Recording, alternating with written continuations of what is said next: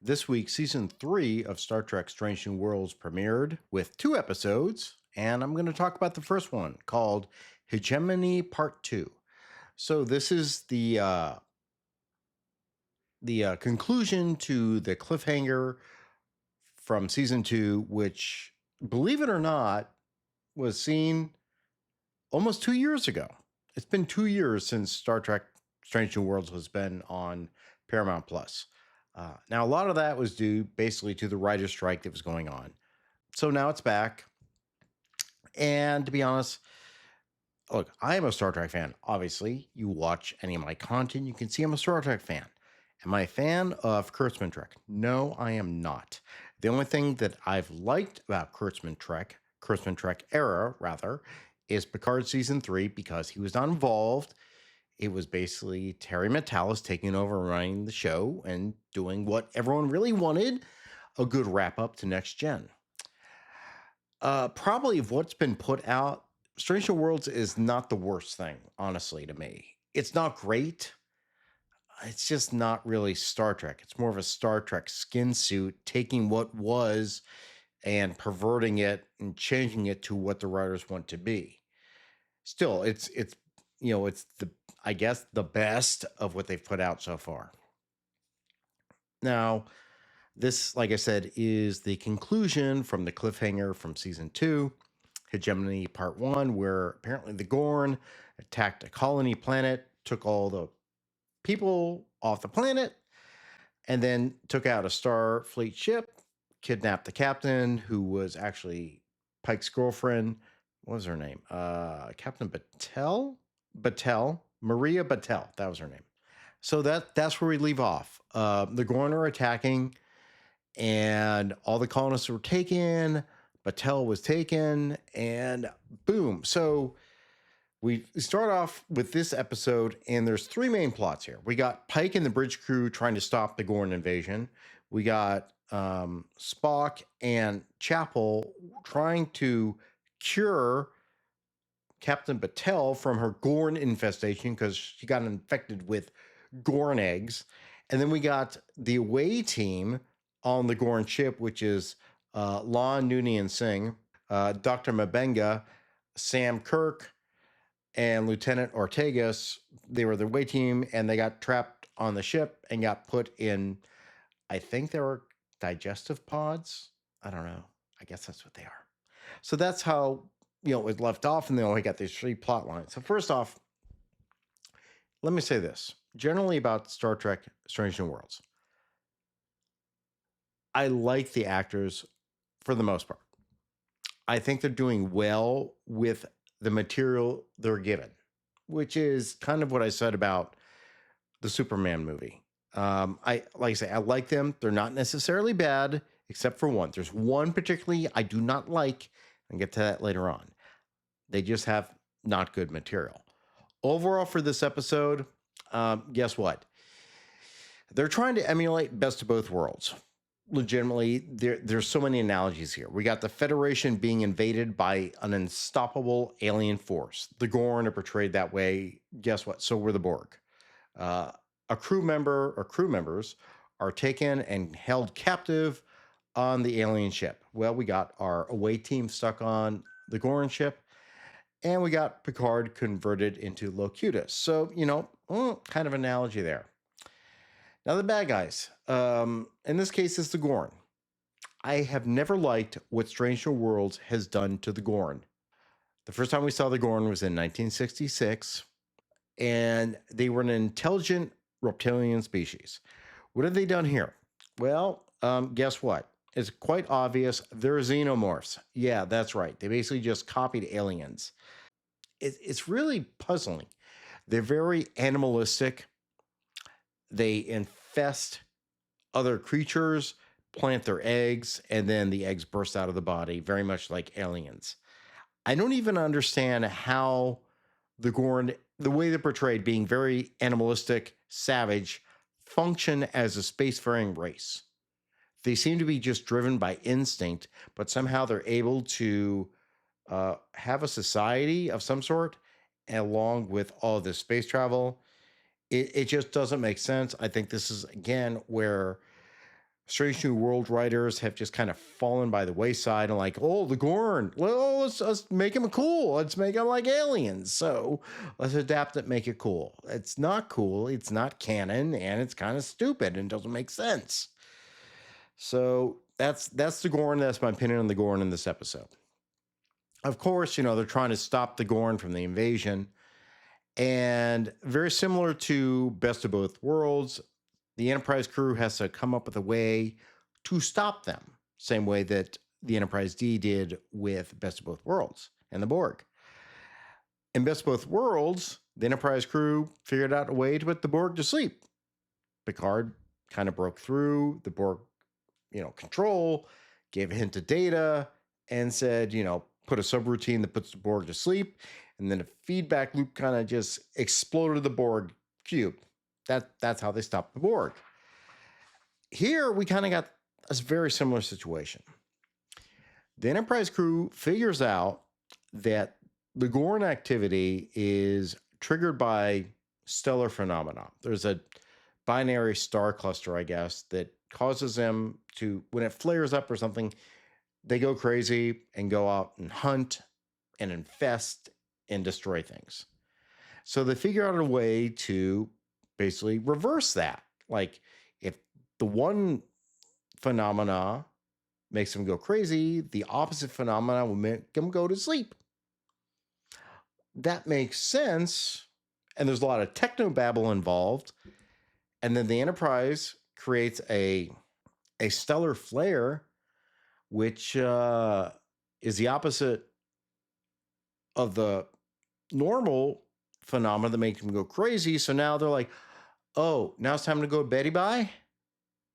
Now, the weird thing about this in this show is the Gorn have already started their invasion. So they're going out with all their ships. Enterprise is already, they've passed the Enterprise. And then the Enterprise does the flare, doing the go to sleep signal, and they all come back. I legitimately don't understand that. How does this stellar flare reach out beyond the light years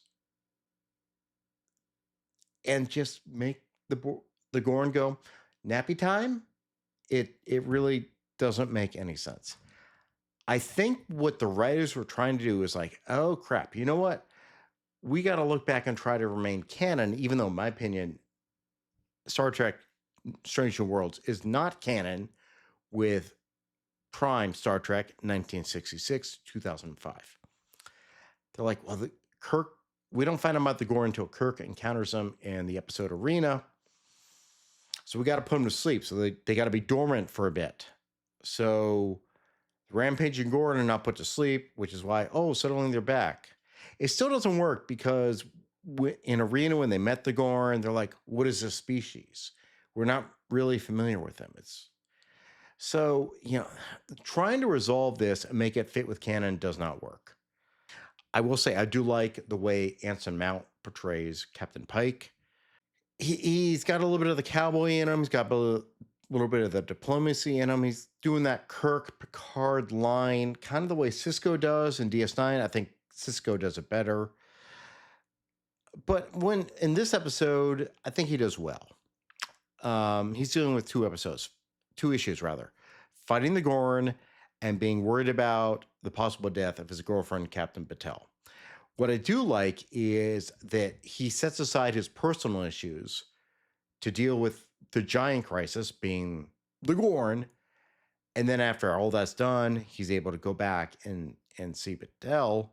And that's when he actually has emotion. So I think that actually is kind of well done. He actually prays. That was interesting. He prayed, which is unusual in Star Trek because if I recall correctly, Roddenberry is more of a humanist than than adherent to any Christianity or any deist theology.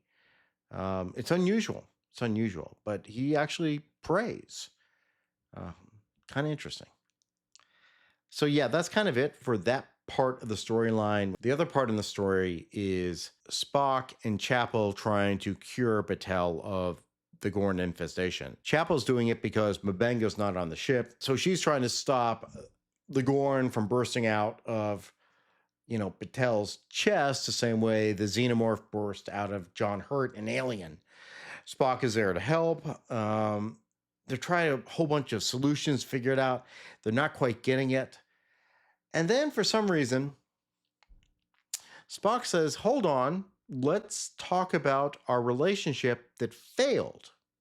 Yeah, Star Trek CW. These writers have never understood Spock.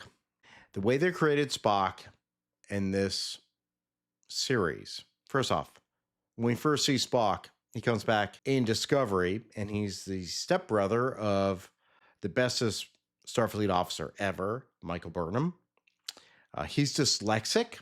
He's also at the time in Discovery kind of manic. He's emotionally unstable. Of course, Michael Burnham, provides the example of what he should be, because Spock couldn't do that on his own. He had to rely on Michael Burnham for that. Still, in this show, he's still a little bit emotionally unstable. It's really weird. I've never liked the way the writers have portrayed Spock. I don't have a problem with the actor. I think he's doing what is on the page. What's on the page just sucks. Literally, I feel like these writers think, you know what? I'm going to portray Spock kind of like Sheldon Cooper on The Big Bang Theory. He wants to be logical, but he still has very human emotions. And when those emotions come out, he acts irrationally, because that's what Sheldon did. Sheldon actually wanted to be Spock, being the true Spock, Leonard Nimoy, but he was still very human. So when his human emotions welled up, he got all weepy and weird and emotional, and it was awkward. And that's how they portray Spock. And that's what this whole scene with him and Chapel in the sickbay is. Literally, there's this, tense medical drama going on. It's like, I'm not happy how our relationship ended. Can we talk about it? What the hell is this crap? This is not Star Trek. I understand trying to develop characters. I think it's important you try to develop your characters. In fact, that's why we are watching Deep Space Nine every week on my channel, because that's a show that developed characters and did not, change anyone in a significant way. The problem with this is, like, Spock is an established character. You had Leonard Nimoy setting the standard, and now you're doing this. It doesn't work. It's stupid. It's dumb. They saved Patel. That's fine.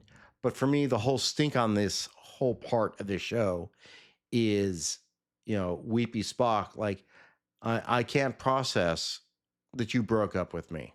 The third plot line is the away team on the Gorn ship. They got captured by the Gorn and put in these digestive sacs. I guess the Gorn are processing humans into some sort of food or something.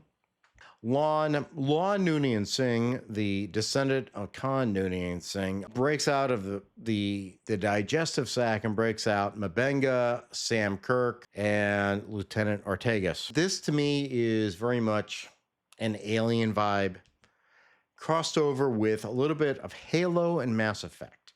We got this bioorganic ship where they're digesting humans and other species, I guess, to feed the Gorn.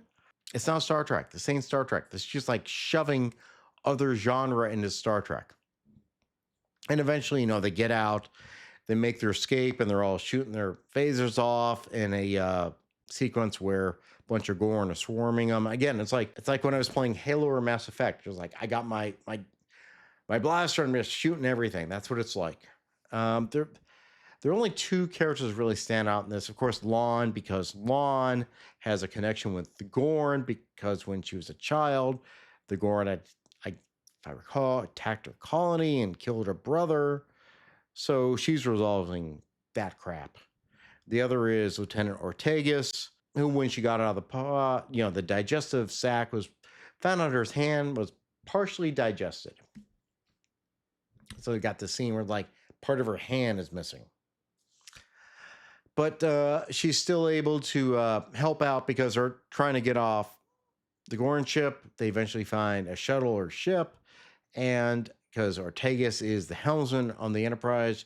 She's able to fly it. Now, mind you, she's flying it even though she basically got gutted at one point by Gorn sticking a claw in her stomach. So she's bleeding all over the control panel. It's like, I fly the ship, which is a callback to a previous episode in the first season, I think. I think it was the first season. This character is actually kind of flat for me. I never found her very interesting. She seems to be very just much, I'm the snarky character that's going to make comments. I don't have any other purpose on the show. I fly the ship and make snarky comments, which I guess is what, the young kids want out of Star Trek. Oh, one last thing. Montgomery Scott comes aboard the ship. He was found last season, I guess related to the Gorn attack, and now he's on the ship working in engineering, and hopefully he will replace the chief engineer. I think her name is Pelia, played by Carol Kane. Carol Kane is an actress who's been around for many years, most notably playing the wife of Laka Gravis on Taxi. I think her name was Simca. And basically she's playing the same character here. Kind of doofy and floofy. And it doesn't make any sense either. The character apparently is kind of like an Alorian, been alive for hundreds of years. And it's just weird. She's supposed to be quirkily eccentric. And it's just annoying. It doesn't fit with Star Trek, in my opinion. So hopefully, Scotty's here now and he'll push her out. So yeah, that's the episode. Of course, in the end, the Gorn are stopped. Battelle is saved, and the away team gets back, and everyone's fine. Yeah. So I really think about this, and it's like, it was an episode. I know what they're trying to do. I didn't feel any tension at any point. And honestly, I don't know if it's because I'm not into this show or because it's been 2 years. I just don't feel the tension. I think it's, like I say, I think the actors are doing the best they can. But it's just not good storytelling. It's clunky. It's weird. And it doesn't flow. It doesn't feel like Star Trek. I know Disparu said it's wearing a skin suit. And I think he's totally right. They're picking and choosing things from the original series. Like, we're going to put it on ours and make it great. Like, right now we got Scotty. We've already had Kirk. Here's Aurora. It's like, we're making it. It's going to be the thing. It's not the thing. They're writing a CW show based on Star Trek. And that's not what Star Trek is. So overall, I'd say this was an okay episode. If I want to go back to my Dabo table on Wormhole Watch, where we watch good Star Trek every week, watch Deep Space Nine every week, go watch Deep Space Nine. If you're not, why you're not? I would say this is on a Strange New Worlds ranking, 5 bars of Latinum out of 10. That's about what I would give it. So, yeah, that's the first episode, the premiere. Going to go watch the second episode because they decided to put 2 out at the same time, which apparently are very disparate episodes. We'll see how it goes. All I know is people are saying Trelane. Oh my God. Questions, comments, witticisms down below. Click all the good buttons and go watch good Star Trek. See you next time.